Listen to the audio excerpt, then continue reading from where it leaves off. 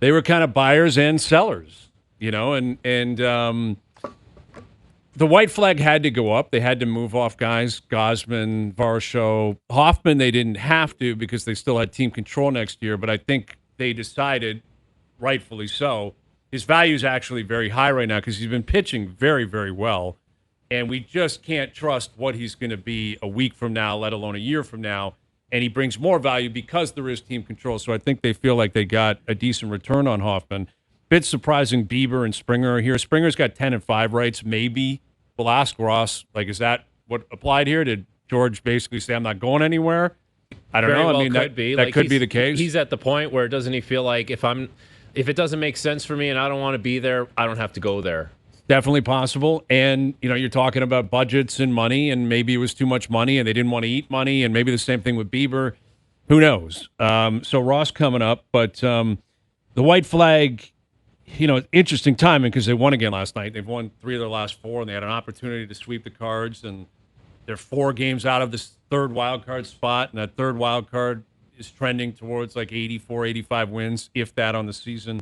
But I think it's the appropriate move because you have so much sample size now. They've just performed poorly all season long. This team did not deserve to have the chips moved in on their behalf. But I think, the deal that sticks out, which I think is important here, is the Soriano deal, where, yes, they traded a high-end prospect, but this is basically the Jose Berrios deal 2.0. It's effectively the same thing. They traded Austin Martin, another top 5 pick in that draft, who they liked, and they gave up that because they trusted that, in Berrios' case, he had an arm you could rely on, he had good stuff, he was in his prime, under control, and they could sign him. I would guess the same thing applies here with Soriano. And that's why they've done it. Berrios is better, though, and was better and is better. He's not better. I mean, statistically, it's not far off, Jonas. Berrios had more track record. He had more track record. Soriano has really come on, this year and last year, but he hasn't missed a start in 2 years. Yeah. And that's my point. He's going to eat innings. It'll... And they place a ton of value on that. And generally speaking, they've got it right when they've made those decisions. True. Paying Gosman when they paid him. Bassett when they paid him, acquiring Berrios. I know what's happened the last year and a half. I think this front office deserves the benefit of the doubt that they know what they're getting and they know that they're going to get value out of it. And yes, you paid a premium, but clearly they look at Namala and they don't see what they saw when they drafted him. Or they that's very clear. We have JoJo Parker, and I don't even know if that applies because they're both still so far down in the system. I've seen that come up before. You got Parker, and that's. You can't guarantee where Parker's going to be. There's no guarantee they won't trade Parker. Dude, I don't know if they will, but they might. So there's been a ton of prospects that we talked about in the same vein, and it's like those guys, they never really turned into anything, but we thought they were going to be something. Happens they were going to be a surefire guy. I think it was a very difficult balance for this front office, this trade deadline. You have to sell off, you have to acquire, you almost have to get started on your offseason now while selling off some pieces that can help some teams and bring stuff back. Thought they did a really good job of that. That's not an easy thing to have to balance at this point in the season.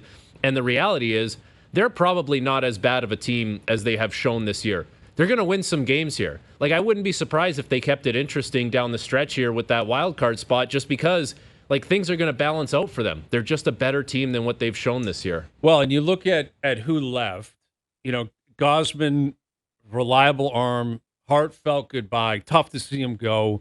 Hadn't been pitching great, though. The replacement you're going to put in for him, well, it's going to be Soriano, is going to actually be an upgrade. Right. So they're actually better in terms of the rotation. Varsho cannot hit. We saw it again last night, and you put Straw in there. It's not like that's Mickey Mantle or something like that. But defensively, he's better. Look at the play he made last night. That was a phenomenal play and embarrassing because the guy ran the bases and thought he hit a home run. Oh, my God, dude. Tough that was a tough Trammell. watch. Yeah, this. How did you think this was out? It's not like he climbed the wall. It was blatantly in the park. Even if he misses it, it's a double at most. Maybe you leg out a triple, but he's Trammell still running, dude. Dude, no one told him anything. That's on the third base coach too. What's he supposed to say? Hey, stop! Yes, you're out. The second that guy's rounding second, he is in a home run trot. That is immediate. Third base coach, come down the hallway. We're going to go have a man conversation. If I'm Trammell, I'm me and you right now. How dare you let me run? Do you got to give him like the point I'm or the wave, snapping. or do you just like walk it off almost? You got to be like, I think this is how I would play If it. you're the third base If coach? I'm the third base coach, this is how I'm going to play it. I'm going to walk it off, and I hope he sees me and realizes that the inning is over, so I don't have to have a camera catch me doing something confrontational or semi-confrontational. I think in a moment like that, the second the guy rounds second base, he is convinced he hit a home run, and you got to save that guy. Like, you got to step in and be, hey, dude, or grab his arm and be like, what the hell are you doing? He caught it. You're out. That's going to be on so many blooper reels for a long time. He was full blown, and even he was just 2 or 3 steps past home plate and still had not understood that Straw caught that ball. The only place where he's going to get a harder time for that than, national TV is in that clubhouse. Oh, they'll be crushing. He will be getting roasted for a long time about They'll be that. at BP today faking running the base. 100% guaranteed someone's doing that. Some guy lay down a bunt and do a trot and then just start goofing on him. Hey, did you see it, boys? Yeah, 100%. But Yeah. so you got Straw in for Varsho. Hoffman, they're not going to be able to replace. And I know there's a lot of people that can't get over Rojas, and I'm not going to either. I don't blame anybody. How can you? I totally understand that. The fact is, that's his legacy here. He gave up the home run in the 9th of the World Series as a guy that was a closer that they paid a lot of money to literally close in that situation. But he had been pitching very well recently. They're not going to replace that in the bullpen. Dude, he had 3 earned runs allowed. He's been phenomenal. In months at point. this point. He's been phenomenal. But I guess the point I'm getting to is the rest of the way, they're not like a worse team today than they even were a week ago. So it's not going to affect wins and losses. If anything, maybe they get a boost because they're through it now. And it's not about making the playoffs right now. They're not going to make the playoffs. I think that's been conceded. But what I like is that they clearly have a mantra within the organization, and I hope the fan base embraces this because it's kind of unique to baseball, and it may only be unique until the next CBA is ratified because the whole thing could turn upside down, and I'll get to that momentarily. But the idea that the mantra is you got to win and you got to rectify this now is very refreshing because historically it was like, well, we spent all this money, it didn't work, cut, payroll down, screw this, we're not paying for this if we're not getting results.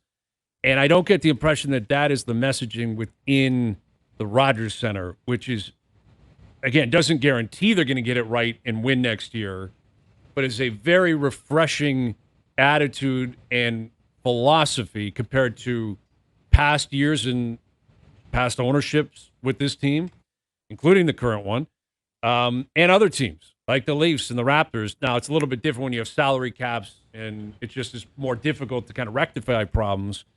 But presuming baseball continues next year without a hard salary cap, I love the attitude of, hey, we screwed up this year. We're going to do everything we can to be a winner again next year. We're not going to take another step back and reset. Dude, I don't even think I see We have it an as attitude. We're going to try to win.